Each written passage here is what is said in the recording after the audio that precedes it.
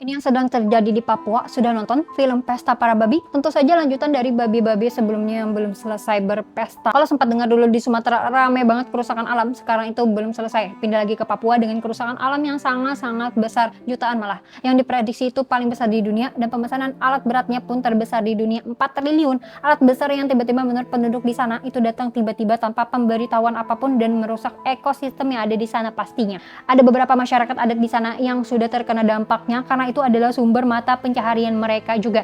Tentu saja hewan dan lain-lain, flora, fauna udah nggak bisa kita hitung lagi dampaknya itu kayak gimana. Dan saat ini mungkin banyak orang yang sadar menurut keyakinan aku kalau infrastruktur yang ada di Papua ya yang masif kemarin itu adalah untuk mendukung proyek ini. Karena ini bukan proyek yang sekarang, ini proyek yang lanjutan dari yang kemarin dengan Dali Swasimpada Pangan, tapi konsepnya lebih besar lagi ya, jutaan hektar. Bayangin aja, dan tanaman-tanaman yang ada di sana pun ada tanaman-tanaman industri yang kayak sawit yang katanya kan sama-sama hutan, sama-sama pohon dan sama-sama daun hijau. Apa salahnya diganti dengan sawit gitu ya, sama-sama hutan aja kata dia. Ini orang kayaknya nggak paham konsep hutan alam dan hutan buatan. Kelapa sawit dan tanaman-tanaman penghasil minyak itu kan punya efek ya, kalau menurut aku yang tahu ya, itu panas, kekering juga di sekitar. Kalau hutan alam itu kan menghasilkan udara yang sejuk. Hutan yang seperti itu yang menghasilkan minyak, mau itu kelapa, mau itu sawit dan lain-lain yang menghasilkan minyak, itu biasanya daerah sekitarnya akan gersang. Dengan tanahnya tandus juga, udah mati juga itu tanahnya. Itu menurut keyakinan yang aku tahu ya, karena mereka tanaman-tanaman ini menyerap air dari lingkungan sekitar. Itu menurutnya aku alami juga di beberapa tempat.